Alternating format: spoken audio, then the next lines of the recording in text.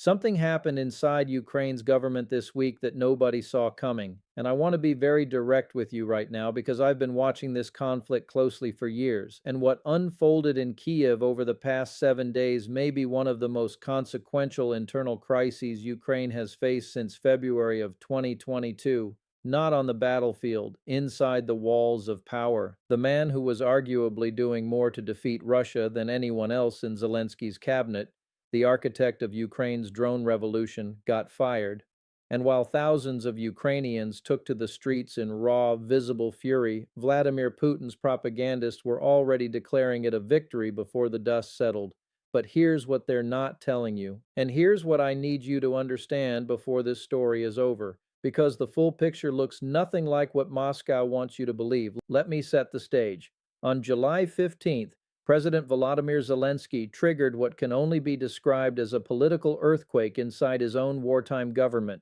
He dismissed Defense Minister Mikhailo Fedorov, a 35-year-old technology specialist who, in just 6 months at the helm of Ukraine's defense ministry, had fundamentally transformed how this war is being fought from the air.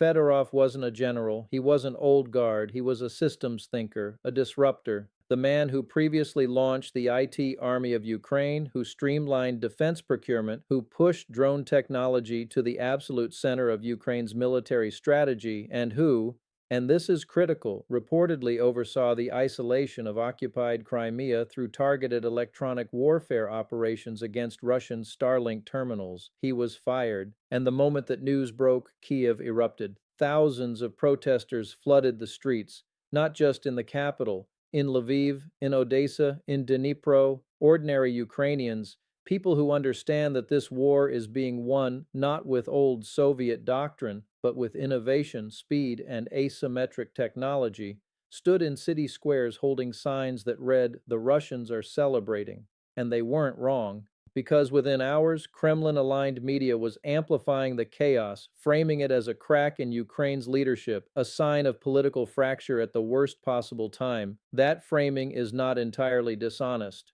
but it is dangerously incomplete. And here's where my analysis diverges from the noise. I've spent a career studying how militaries function under pressure, and what I can tell you is this. Internal disagreements at the top of a wartime command structure are not automatically signs of weakness. Sometimes they're signs of a military that is evolving faster than its institutions can manage. Fedorov and Ukraine's top commander, General Oleksandr Syrsky, reportedly could not function in the same room without Zelensky physically mediating between them. That is a command and control problem, and Zelensky, to his credit, recognized it as such and made a call. Was it the right call? That is genuinely debatable.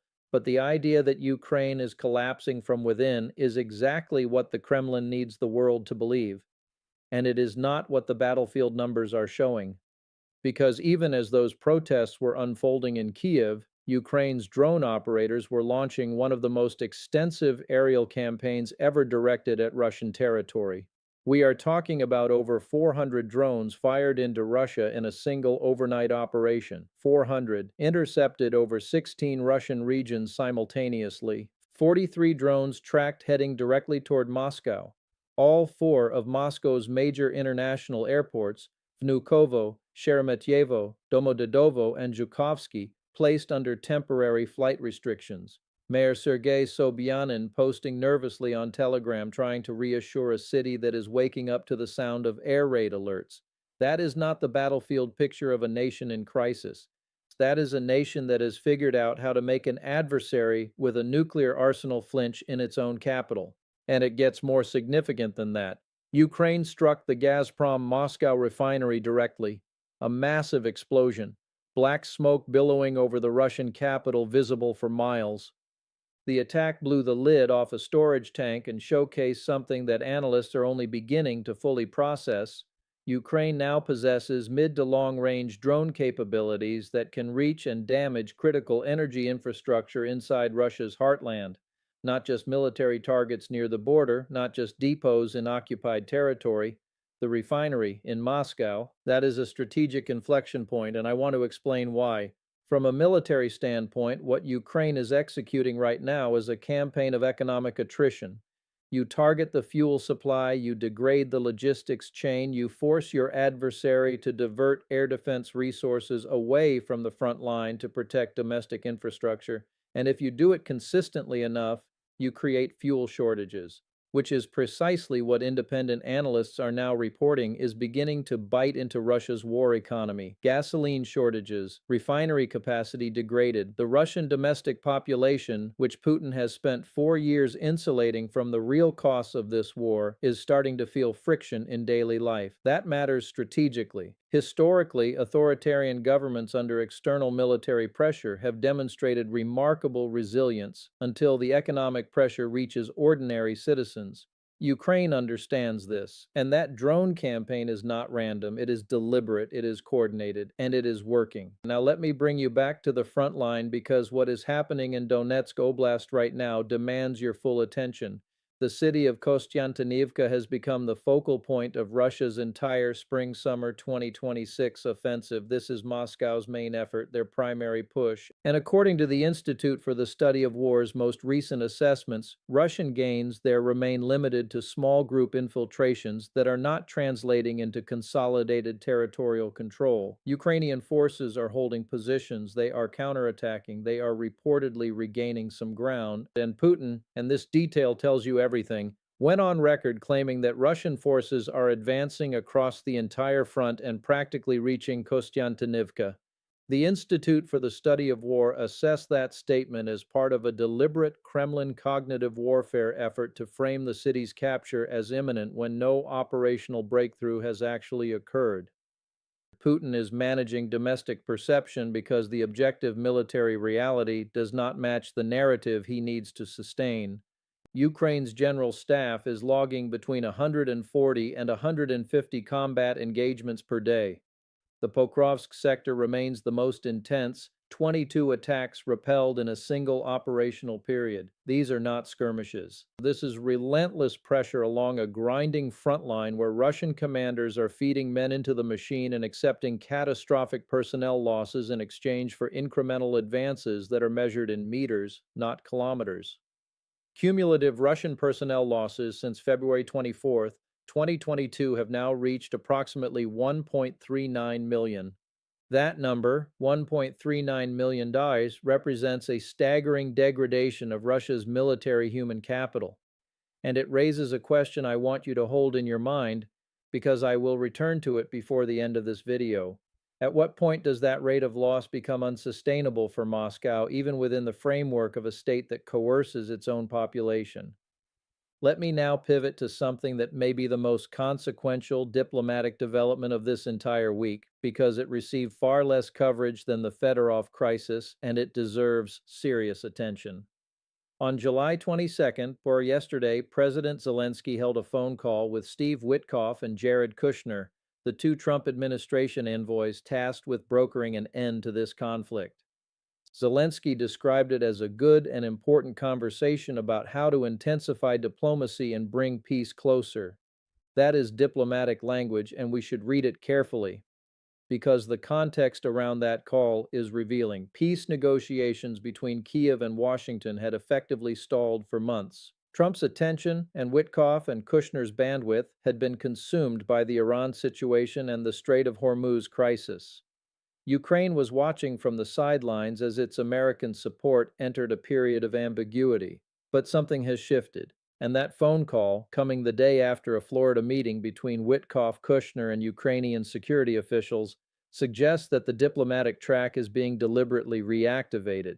What do I make of that as someone who has spent time inside these kinds of negotiations? I will tell you this carefully. Diplomatic language is designed to signal intent without committing to outcomes. Zelensky saying they discussed how to bring peace closer is not the same as saying a framework exists. What matters is the trajectory. And the trajectory here, for the first time in several months, is pointed toward engagement rather than drift. But there is a critical constraint on the other side of the equation. Russian officials reportedly rejected parts of the American proposed peace plan following what the Kremlin called constructive and substantive talks. Putin's aide Yuri Ushakov said some elements received criticism, and the president made no secret of his critical and even negative attitude toward those elements. Read that carefully. Russia is engaging with the American framework just enough to avoid being blamed for walking away, while systematically rejecting the provisions that would require meaningful concessions. That is a stalling strategy, and it is the same playbook Moscow has used in every negotiating environment for the past 3 years. And here is where I need to address something directly. Today, July 23rd, Russian Foreign Minister Sergei Lavrov and U.S. Secretary of State Marco Rubio are scheduled to meet on the sidelines of the ASEAN summit in Manila. That meeting is being watched closely across three different conflict tracks simultaneously: Ukraine, Iran, and the broader question of whether Washington and Moscow can find any framework for managed de-escalation before something irreversible happens in one of those theaters. I want to be honest with you, I have no illusions about Lavrov's negotiating posture. He is the public face of a diplomatic apparatus that has repeatedly used talks as cover for continued military operations. But Rubio is not a naive interlocutor, and the fact that this meeting is happening at this moment with both the Ukraine and Iran tracks simultaneously in motion creates a diplomatic environment that is unusually dense with potential pivot points. Watch Manila very carefully. Now, let me return to something I promised you at the top of this video, because there is a development inside Ukraine's defense technology sector that is being almost completely overlooked by Western coverage, and it changes the strategic calculus in a way that directly addresses the concern about losing Fedorov's innovation drive. A Ukrainian defense firm called Skyfall just unveiled a new drone system called the P-1-Sun Jet Killer, and the name tells you exactly what it is designed to do. It is a purpose-built interceptor drone specifically engineered to hunt and destroy Russia's jet-powered Shahed-type kamikaze drones. Not a missile, not a radar-guided gun system, a drone built to kill other drones. Skyfall says the jet killer will enter serial production in August 2026, next month. That timeline matters because it speaks to something profound about where Ukraine's defense industrial base actually is right now, regardless of who sits in the minister's chair. Think about what has been built over the past 2 years. Ukraine has constructed a drone manufacturing ecosystem that is producing at scale, innovating at speed, and iterating faster than any Western defense procurement process could ever match. The jet killer is not a product of old military thinking. It is the direct technological descendant of exactly the kind of asymmetric innovation that Fedorov championed. And its arrival in serial production next month suggests that the institutional momentum behind Ukraine's drone program has grown beyond any single individual's ability to stop it, including a ministerial firing. That is actually an argument for strategic optimism. The innovation is now structural. It has moved from a policy priority into an industrial reality. But the challenge I want to be honest about is this: Russia is not standing still on the drone question either. The Shahed campaign has continued. Russian drone attacks have killed civilians in Kharkiv, in Kyiv, in Dnipro. The ballistic missile threat remains severe, particularly given Ukraine's persistent shortage of Patriot interceptor munitions. Even as Ukraine is striking deep into Russia, Russian ballistic missiles are reaching Ukrainian cities with a frequency that the current air defense inventory cannot fully neutralize. That asymmetry, Ukraine can reach Moscow, Russia can still reach Kyiv, is the defining military paradox of this phase of the conflict, and it is why the Patriot munitions question and the broader issue of Western ammunition supply continuity remains the single most important external variable in Ukraine's strategic position. Let me also address something that is happening in the political space inside Ukraine that the international media has been underweighting. The protests over Fedorov's dismissal have not ended. They have continued now for more than a week. And while Zelensky has indicated he is listening, he met with both Fedorov and Syrskyi in the aftermath and said publicly that he does not absolve himself of responsibility for the management failure. The underlying tensions remain unresolved. The new acting defense minister, Yevhen Kamara, comes from Ukraine's security service and has been involved in the long-range strike campaigns against Russian energy infrastructure. That background suggests Zelensky is not abandoning the strategic direction Fedorov established, even if the personality at the top has changed. But the protests themselves represent something worth watching. They reflect a Ukrainian public that is deeply invested in the outcome of this war, deeply aware of what is at stake, and willing to hold its own president accountable even in the middle of an existential conflict. That is not weakness. That is democratic health under extraordinary pressure. And that brings me to what I want to leave you with, because amid all the noise this week, the political crisis, the drone strikes, the stalled peace talks, the Lavrov-Rubio meeting in Manila, there is a signal beneath the noise that I think matters most. Russia's offensive main effort in Kostiantynivka has failed to produce a breakthrough. Russia's domestic territory is now being struck in a way that is creating real economic friction.